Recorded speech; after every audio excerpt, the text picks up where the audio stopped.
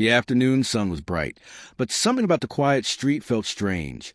Too still, too calm, almost like it was holding its breath. When the glossy black car rolled to a stop at the gate, no one expected it. The neighbors didn't even look up from their routines. They had no idea that the man stepping out, the man in the crisp suit with silver hair and sharp eyes, was a millionaire who owned the entire property behind those gates.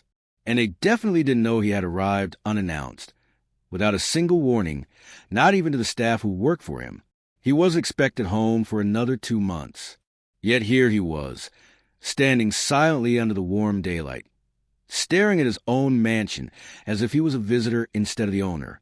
His name was Marcus Hale, a man known for discipline, elegance, and showing up exactly when he said he would. People described him as predictable, a man who lived by schedules and routines. But today, something had pushed him to return early, something he had sensed in the tone of a recent call, something that didn't feel right. He told no one he was coming. Not his manager, not his housekeepers, not even the private chef who usually had his lunch prepared to perfection. Marcus wanted to see the truth with his own eyes. And that truth, whatever it was, seemed to be hiding behind those tall wooden doors. He pushed the gate open quietly and walked down the stone path. Every sound felt louder than usual. The crunch of leaves under his shoes, the sough from the fountain, the distant bark of a neighborhood dog. As he reached the entrance, he noticed something unusual. The door wasn't locked. It was slightly open, just enough to create a thin line of darkness between the frame and the wood. Marcus frowned. His staff always kept the door closed during lunchtime. Always. He stepped inside, expecting the usual scent of polished wood and fresh flowers. But instead, something else hit him. The air felt warm, almost heavy, as if the house had been filled with movement just seconds before he arrived. His eyes scanned the hallway, searching for signs of life. No footsteps, no voices, no one rushing to greet him. It was strange, too strange for a mansion that typically buzzed with activity. Marcus loosened his ties slightly and walked deeper into the house, his heartbeat picking up. He didn't know what he was looking for, but he kept going, each step slower than the last.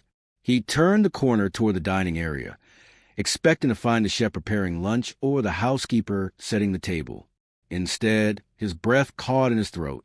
There, through the half-open doorway, he saw movement. Not just one person, several. They were gathered around the table, their backs toward him, whispering. Something was laid out on the table, something he couldn't fully see from where he stood. And then he noticed what made his stomach twist. None of those people were supposed to be in his house. He took one silent step closer, and that's when the whispers stopped completely. Every head turned toward him at once, and the sight that met his eyes was something he never imagined. For a moment, Marcus didn't move. Neither did the strangers standing around his dining table. Their eyes stayed fixed on him as if they'd been caught doing something they desperately hoped he wouldn't see. The room felt thick with tension, the kind that made even the smallest sound feel like an explosion. Marcus's pulse thudded in his ears. He tried to make sense of what he was looking at, but the scene didn't match anything in his memory or any normal explanation. Who were these people? Why were they in his house? And what were they gathered around so tightly, almost protectively? One of the strangers, a middle-aged man with tired eyes and a faint stubble, stepped slightly forward. He didn't look dangerous. In fact, he looked nervous, like someone who wasn't used to standing in expensive houses or facing millionaires who had every right to be furious. But there was something else in the man's expression, something Marcus couldn't name. It wasn't fear of being caught. It was fear of something else entirely. Before Marcus could speak, a soft sound echoed from the table. A small shuffle, a faint exhale. Something, or someone, was under one of the blankets draped across the wooden surface. Marcus felt his breath hitch again. He had expected maybe stolen items, documents, signs of theft or damage. But this felt different. And the way the strangers subtly shifted, blocking his view of whatever was beneath the blanket, only deepened his confusion. He took another step inside, his voice low and steady as he asked, "Who are you, and what are you doing in my home?" No one answered right away. The silence stretched on, too long, too heavy. The woman closest to the table finally lifted her gaze. She looked exhausted, her hair messy, her hands trembling slightly. She opened her mouth as if to speak, then closed it again. Something was stopping her. Fear, hesitation, uncertainty. Marcus studied their faces carefully. These were not thieves. They weren't dressed like workers from his staff either. Their clothes were simple, worn, like they had been traveling or moving from place to place without rest. Their shoes carried dust. Their jackets looked creased from long hours. They didn't belong in his polished, controlled world. Yet somehow they were here, inside his mansion, acting as if they had every reason to be. His mind raced back to the moment that had made him change his schedule. That uneasy phone call from his head manager. A strange tone, a few pauses too long, an excuse that didn't sound like an excuse. Marcus now realized that call had been only part of a much bigger puzzle. Something had been happening behind his back. Something important. Something hidden from him on purpose. Another soft sound came from the table, this time clearer. Marcus instinctively moved forward, but the man with stubble raised a hand slightly, not threateningly, just in a quiet plea for him to wait. Marcus stopped, surprised that he listened. The strangers exchanged glances, communicating silently among themselves. Something passed through their expressions. Relief, worry, maybe hope. Whatever it was, it made Marcus feel even more unsettled. These people were connected to something he didn't know about, something bigger than just an unexpected lunch invasion. Finally, the middle-aged man spoke, his voice rough and cautious. "Mr. Hale, we didn't come here to steal anything. We came because we had no other place left to go." Marcus frowned. His world, usually controlled and logical, suddenly felt unpredictable. "Why here?" he asked slowly. "Why my house?" The man hesitated again, then looked toward the blanket on the table. "Because of what? Because of who is underneath this cover?" Before Marcus could respond, a soft cry rose from beneath the blanket. A human cry. Small, fragile, a child. Marcus's breath caught in his throat. But the real shock wasn't the child. It was a look on the strangers' faces, as if the child wasn't just someone they were protecting, but someone Marcus should already know. And that unanswered question hung in the air, tightening the mystery even further. Marcus felt the world tilt slightly as the soft cry echoed through the room. The sound didn't match anything he had prepared himself for. A million possibilities had crossed his mind, but none of them included a child hidden under a blanket in his own dining room. He took a slow breath, trying to steady himself.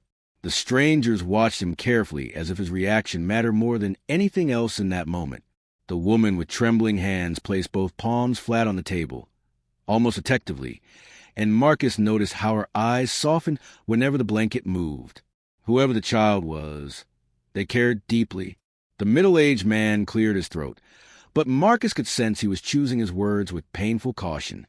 "We didn't want to involve you," he said quietly, "but circumstances changed. We had no choice." His voice carried a weight Marcus didn't understand. The phrasing didn't feel random. It felt like there was something bigger happening, something the strangers weren't sure he was ready to hear. Marcus stepped closer, but his movement stayed slow, controlled. He didn't want to scare anyone, especially not the child. When he reached the edge of the table, he finally saw it, a small hand, pale and delicate, peeking out from under the blanket. His heart clenched unexpectedly. He wasn't a man known for emotional reactions, yet something about that tiny hand, so still, so fragile, hit him harder than he expected. "What happened?" he asked, his voice low. "Who is this child?" Again, silence. The woman exchanged a tense glance with the others. This wasn't hesitation anymore. It was conflict. They were hiding something. Something they feared would change everything once revealed. At that moment, Marcus heard footsteps behind him. Light, quick steps. He turned sharply to see one of his staff, Liam, the young groundsman, standing in the doorway, his face pale and eyes wide. Liam froze when he saw Marcus, then shifted nervously, glancing at the strangers. Marcus's stomach tightened. He could see the fear in the boy's eyes. Not fear of Marcus, but fear of what Marcus was about to discover. "You knew?" Marcus said quietly, locking eyes with him. "You let them in." Liam swallowed hard, his hands shaking slightly. "Sir, it's not what you think." "Then explain it." Marcus pressed, keeping his voice even. "Explain why strangers are in my house. Explain why there's a child on my table." Liam's jaw tightened, and he let out a breath as if he'd been holding it for hours. "They came here because they believed you were the only one who could help," he said. "They've been looking for you for weeks." Marcus felt a strange chill move up his spine. Help with what? The man with stubble stepped forward again. "With the truth," he said. "The truth about this child. The truth about what was kept from you." His voice dropped even lower. "And the truth about the people who don't want you to know." Marcus's mind raced. His life had always been built on structure, control, certainty. But each passing second made it clear that something had been happening behind his back for far longer than he realized. He glanced at Liam again, and the young man's expression confirmed it. This wasn't random. This wasn't accidental. This was part of something deliberate. Marcus looked back toward the small, still hand on a blanket, and unexpected fear gripped him. Not fear of the strangers. Not fear of being in danger. A deeper fear. Fear that his entire understanding of his own life was about to change. Before he could ask anything else, the child shifted, and a soft whimper rose into the tense silence. The woman lifted the blanket, just enough to reveal a faint glimpse of the child's face. And Marcus's world stopped, because the child didn't just look familiar. The child looked exactly like someone he once knew, and that impossible resemblance raised 100 questions that none of them seemed ready to answer. Marcus stared at the child's face, his breath catching in his chest. The resemblance was undeniable. Too strong, too precise to be coincidence. The curve of the jaw, the shape of the eyebrows, even the faint tilt of the nose. Every feature struck a memory he had buried years ago, a memory he thought was gone forever. His heartbeat quickened, pounding against his ribs as he tried to steady himself. He wanted to speak, but the words dissolved before they reached his lips. The woman quickly lowered the blanket again, hiding the child from view as if she feared Marcus's reaction. The strangers shifted around her, forming a quiet, protective circle. Their bodies weren't tense like people expecting anger. They were tense like people expecting danger from something far beyond this house. Marcus sensed it, the unspoken fear lingering in their eyes. This wasn't just about a child in need. This was about something bigger, something that had been moving in shadows long before he arrived. Liam stepped inside a little more, closing the door behind him as if he were afraid someone else might appear. Marcus noticed the way the young man kept looking toward the windows, checking angles, checking corners. His breaths were shallow, uncertain. That detail alone made Marcus's stomach tighten. If Liam, the calmest, most steady worker he had, was this afraid, something serious was happening. Marcus forced his voice out, quiet but firm. "Tell me everything. Now!" The room froze again. The middle-aged man's jaw clenched, and he took a shaky breath. He looked like someone carrying a truth, so heavy it was slowly crushing him. "Mr. Hale," he began softly, "the child wasn't brought to you by accident. We've been searching for you for months. But someone has been trying to stop us." His eyes darkened with something that felt like regret. "We lost people on the way here. People who knew the truth." Marcus felt a cold twist in his gut. "What truth?" The man hesitated, then looked directly at him. "That this child has a connection to you. A connection deeper than you realize. And someone didn't want you to know." Marcus's breath hitched. He felt like he was standing on the edge of a cliff, one step away from a drop he couldn't see the bottom of. The child's faint whimpering echoed again, softer now, almost like a plea. Marcus instinctively moved closer, and this time the woman didn't stop him. He placed a cautious hand on the edge of the blanket, not lifting it, just steadying himself against the table. "What happened?" he whispered. "Who was behind this?" The room shifted with tension. The man opened his mouth, ready to speak, but the sound of something outside cut him off. A car engine. Loud. Close. Too close. Everyone's heads snapped toward the window at the same time. Liam's face drained of all color. The woman clutched the blanket tighter. The man stepped forward, his voice trembling. "They found us." Marcus froze. Who? Before anyone could answer, another sound followed. The sharp slam of a car door, then hurried footsteps approaching the entrance.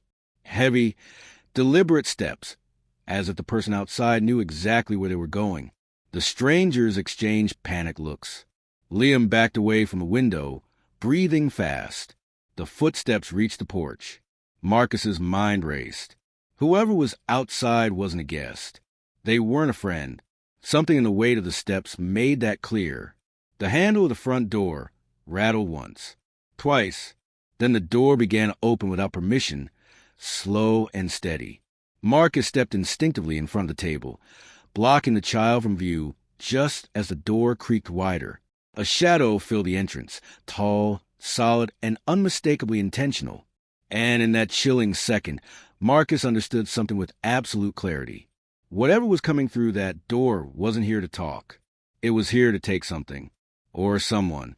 The door opened wider, and the shadow stepped fully into the light. Marcus's pulse jumped, but he didn't move from his place in front of the table. The figure inside wasn't a stranger at all. It was someone Marcus knew, someone he never expected to see standing unannounced in his home. It was his personal advisor, Grant Mercer, the man who handled his accounts, his appointments, and nearly every detail of his business life. Grant, who was supposed to be out of the country on a corporate trip. Grant, who rarely appeared without calling first. Grant, whose cold expression now carried something Marcus had never seen before, urgency mixed with unmistakable resentment. Grant scanned the room in one sweeping motion, his eyes landing on the strangers, then on the blanket-covered form Marcus stood guarding. His jaw tightened. "So they got here before I did," he said quietly, not bothering to hide the annoyance in his tone. "That complicates things." The strangers stiffened instantly. Liam took a small step backward, as if bracing for something he had feared might happen. The woman moved her hand slightly over the blanket, shielding the child even more. Marcus felt a strange coldness settle in his chest. He couldn't tell if Grant's presence was a relief or a threat, but the tension in the room suggested the latter. Marcus kept his voice even. "You were supposed to be in Switzerland." Grant gave a thin, controlled smile. "Plans change. I heard a rumor you might be coming back early." He stepped further inside, closing the door without taking his eyes off the group. "And I couldn't let you walk into the situation unprepared." The choice of words didn't sit right. Marcus narrowed his eyes. "What situation?" Grant didn't answer immediately. Instead, he reached into his briefcase. The strangers tensed, but Marcus held up a hand, silently telling them to wait. Grant pulled out a sealed envelope, thick, official-looking, marked with Marcus's company logo. He placed it on the table deliberately, like a card in a game Marcus didn't know he was playing. "You weren't supposed to find out yet," Grant said, his voice lowering. "Not like this." Marcus felt the air tighten around him. "Find out what?" Grant exhaled slowly, almost disappointed. "About the child. About what was kept off the books. About the trust account set up without your knowledge." His eyes flicked toward the strangers. "About the agreement they were never supposed to break." The woman's breath caught sharply. The man clenched his fists. Liam shut his eyes for a brief second, as if realizing everything was about to unravel. Marcus's heartbeat pounded louder. What agreement? Grant didn't blink. The agreement that ensured this child would never come into your life. The agreement that protected your reputation and our company's future. The words struck harder than any physical blow. Marcus felt the floor shift beneath him. He looked at the strangers, at their exhaustion, their fear, and suddenly it made sense why they had risked everything to come here. They weren't intruders. They were people trapped in something far more complicated than Marcus ever imagined. But before Marcus could process any of it, another sound echoed from outside, a second car, then another door slam, then hurried voices. Not one person. Several. Grant's expression changed instantly from composed to urgent. "We don't have time," he said sharply. "They're coming to take the child away for good." The woman grabbed the blanket tighter. The man stepped protectively closer. Liam's voice shook as he whispered, "They're not supposed to be here this soon." Marcus turned toward the door, hearing the footsteps closing in, fast, coordinated, determined. He didn't know who they were, but every instinct in his body screamed that their arrival would change everything. Grant looked at Marcus with a hard, unreadable expression. You have one chance to choose whose side you're on. Marcus stared back, his mind spinning, his heart racing. But the footsteps reached the front porch before he could speak, and the door handle began to turn again. The handle turned, and for a split second, the entire room held its breath. Marcus stepped forward instinctively, blocking the table with his body. The strangers closed ranks around the child, and Grant stood completely still, his expression unreadable. The front door swung open, but instead of armed men or unknown faces, Marcus's head of security, Rylan, stepped inside. His uniform was neat, his posture rigid, but his eyes widened when he saw the scene. "Sir," Rylan stopped, scanning the room. His gaze moved from Marcus to the strangers, to Grant, and finally to the blanket-covered child. Something shifted in his face. Recognition, regret, then a heavy resignation. "I told them you shouldn't be kept in the dark," he murmured. But no one wanted to listen. Grant's jaw clenched. "Rylan, this doesn't concern you." Rylan looked at him sharply. "It concerns everyone now." Marcus stepped closer, voice low but steady. "Enough. I'm done with half-truths and secrets. Someone tell me the truth about this child." The room went silent, except for the faint sound of the child breathing beneath the blanket. The woman finally lifted the cover gently, revealing the small face clearly. Marcus felt something inside him twist. Memories flooding back of someone he had loved long ago, someone he had lost before they had the chance to build a future. The woman spoke softly. "Her name is Lila, and she's your daughter." The words hit Marcus so hard he had to steady himself against the table. He stared at the child, feeling a rush of emotions, shock, confusion, tenderness, and a deep ache he couldn't name. He remembered Lila's mother, remembered the breakup, the distance, the unanswered calls. But he never knew she'd been pregnant. He never knew he had a child in the world. Marcus looked at Grant, voice tightening. "You knew." Grant didn't deny it. The company board thought revealing a child born outside your public image would cause complications. They made arrangements. When her mother passed, they handled things quietly. Marcus's stomach twisted. Handled. The word felt poisonous. She's a human being. A child. My child. Grant's expression hardened. "And we protected your reputation. Everything you've built." Marcus shook his head slowly, disbelief turning into anger. At the cost of her life? Her safety? Her future? The strangers finally stepped forward, the middle-aged man speaking with raw honesty. "We couldn't keep her hidden anymore. When we realized she wasn't safe in the system they put her in, we ran. We brought her here because she deserves to know her father." Rylan nodded. "And because certain people wanted to move her out of the country. Permanently." Marcus felt something inside him snap into clarity. He stepped toward the child, gently touching her small hand. She curled her fingers around his instinctively, and the entire room felt different, grounded, real. For the first time since he walked in, Marcus knew what he had to do. He faced Grant. "I'm claiming her. Today. Legally and publicly." Grant's eyes widened. "You'll destroy everything you've built." "No," Marcus said firmly. "I'll rebuild it with the truth." The strangers exhaled in relief. Rylan stepped closer, offering quiet support. Even the child seemed calmer, as if sensing a shift in the air. But just as the tension began to ease, Grant's expression changed. He reached slowly into his jacket, not for a weapon, but for another envelope. He placed it on the table beside the first. "You think you know the whole truth," he said softly. "But this is the part no one wanted to mention." Marcus opened the envelope. Inside lay legal documents, birth records, guardianship paperwork, and one more sheet that made his breath stop entirely. Another child, a twin, missing. The room went still once more, tension snapping back like a tightened wire. Marcus stared at the document, heart pounding as a new, darker reality settled in. The story wasn't over. The real search had just begun. Marcus stood frozen with the papers in his hands. feeling the weight of everything that had been hidden from him. The revelation of a missing twin shook him deeply, but unlike before, he no longer felt paralyzed. He felt grounded by the small hand holding his finger, by the quiet breathing of the daughter he didn't know he had, and by the sudden certainty that he would not let any more secrets define their lives. The strangers watched him carefully, waiting for his reaction, but Marcus only exhaled slowly, the air leaving his lungs like a long-held burden finally released. Grant's expression softened, the confident mask slipping away. The board believed it was best to separate them, he explained quietly.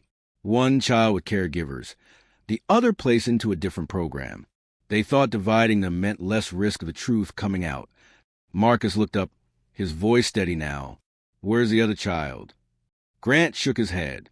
I don't know anymore. The trail was buried. But we can find it if we start from the beginning. Ryland stepped closer. We can use the security archives and old travelogues. There will be traces. There always are. It won't be quick, but it's possible. The strangers nodded, relief softening their tired expressions. The woman placed a gentle hand on Marcus's arm. You're not alone in this. We'll help you find the twin. But first, Lila needs stability. She needs her father. Marcus looked down at the little girl, and for the first time, he truly allowed himself to feel everything: responsibility, fear, love, and hope all at once. He knelt beside her, brushing a strand of hair from her forehead. Her eyes fluttered open, sleepy and unsure, but she didn't pull away.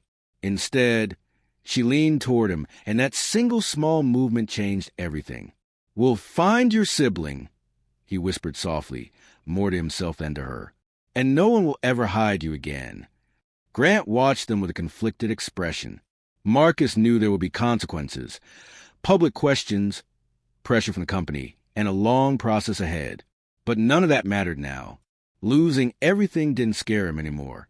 What scared him was the idea of losing another moment with a child he almost never met. Over the next few hours, they worked together. Ryland contacted trusted sources. The strangers provided all the documents they had. Grant gave what information he could and agreed to testify, if needed. By evening, the house felt different, less like a battlefield, and more like a place of beginnings. The fear that had filled every corner slowly lifted, replaced by determination.